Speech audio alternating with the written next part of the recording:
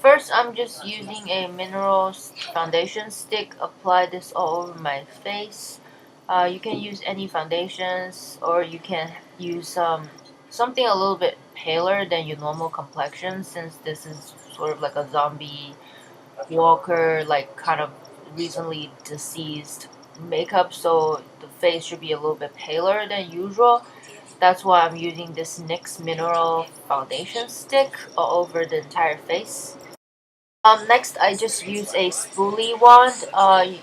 You can use like a mascara primer that's sort of like a white base, or you can use a clean spoolie and dip into concealer or foundation, whatever, and then brush your eyebrows backwards to kind of mute the eyebrow color a little bit. So that's that. And then I'm using a black eyeliner, and then I think this is the NYC waterproof black eyeliner, and you can use any black eyeliners you want. Just tight lining the upper and lower waterline, and then apply it messily, if that's any a word.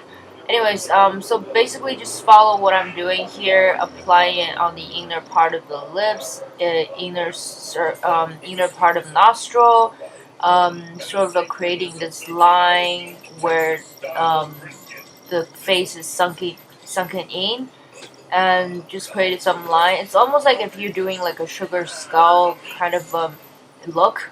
So using a dual fiber brush, or you can use any eyeshadow brush to kind of buff out the black eyeliner. You can do it. You don't have to do it really neat because I mean it's Halloween. I think with this type of like look, the messier the better, but not to an extent, not like too messy. So I'm just buffing out the eyeliner, um, and because you don't want like a really sharp lines here, and then this will just create some shadow first, and sort of like a rough outline for the black eyeshadow or black color that I'm gonna apply on top. So underneath the jawlines and all that places, wherever. Anyways, I'll put the face chart up as the avatar, or as the, yeah, sort of like the avatar for this video, so you'll see what I'm talking about. Basically, this look is based on the Makeup Forever face Halloween face chart. So it's kind of like inspired, or at least trying to recreate the look. Next, I'm taking this Wet n Wild 5 eyeshadow pen palette. It's fairly new. I don't know if it's a limited edition or not, um, but I think it's one of their fall palette. And then I'm just using a black eyeshadow, or you can use any black eyeshadow actually. Something a little darker than the eyeliner after you buffed out. So just layer this on top of that eyeshadow pencil that you buffed out earlier.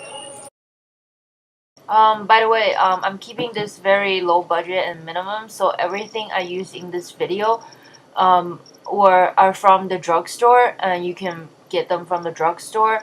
You don't have to get exactly the products I'm using from this video. You can, use whatever that you already have on hand, or you can buy like these cheap, like inexpensive products that you can find at the drugstore. Right now I'm just using the same black eyeliner. I sharpened up the tip a little bit more and just went back in to create a little bit more details on top of the rough sketch that I did earlier. Um, so basically you just want to adding some details and then slightly buff out a little bit with the little brush that you used to buff out the eyeshadow earlier. So just creating more wrinkles, more lines, expression lines, and add a little bit of darkness maybe in certain areas to create a little bit more depth. So yeah, just follow what I'm doing here. I know this is sort of like a voiceover speedy type of tutorial, but anyway, just go with the flow, I guess. It's fairly easy to create this type of look. Um,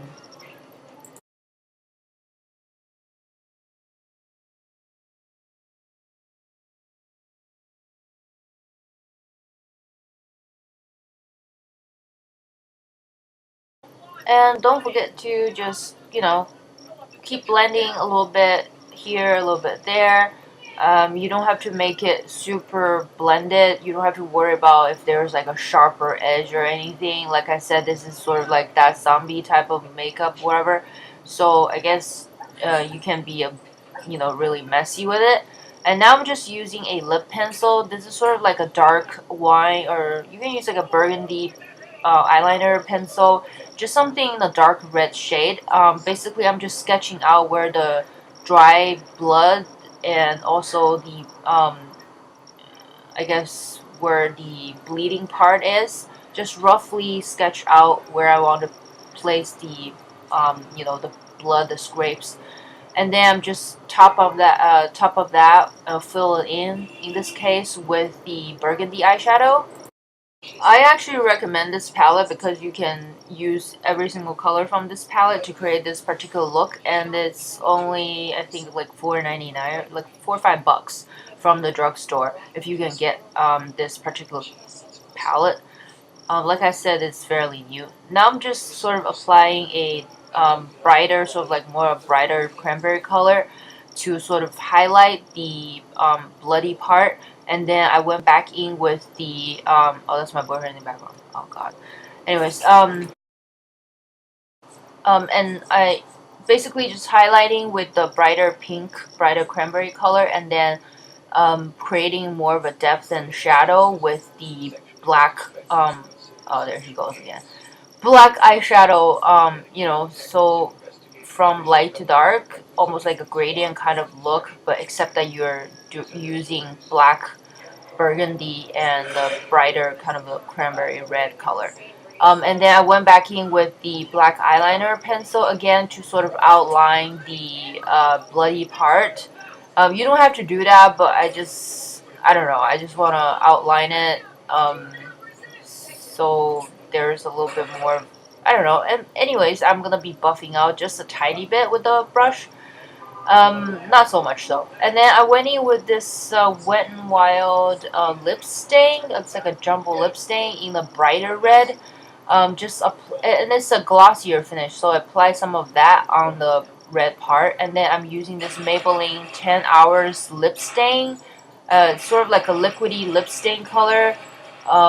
I'm just pressing this on top of the bloody parts to create more of a texture, as well as using this to create sort of like a fake blood or dried up blood effect.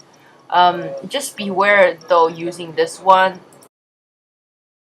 Since this is a lip stain, it really stains on your face. So just be careful. Don't use that if you don't want to stain your skin afterwards because it's hard to remove. And then I'm just using this NYX eyeshadow, which is sort of like a yellowish beige color, to add a little bit more life into the face, the bare face area, because this is like a recently deceased look, so it's not too pale looking. So this finished the look. Happy Halloween!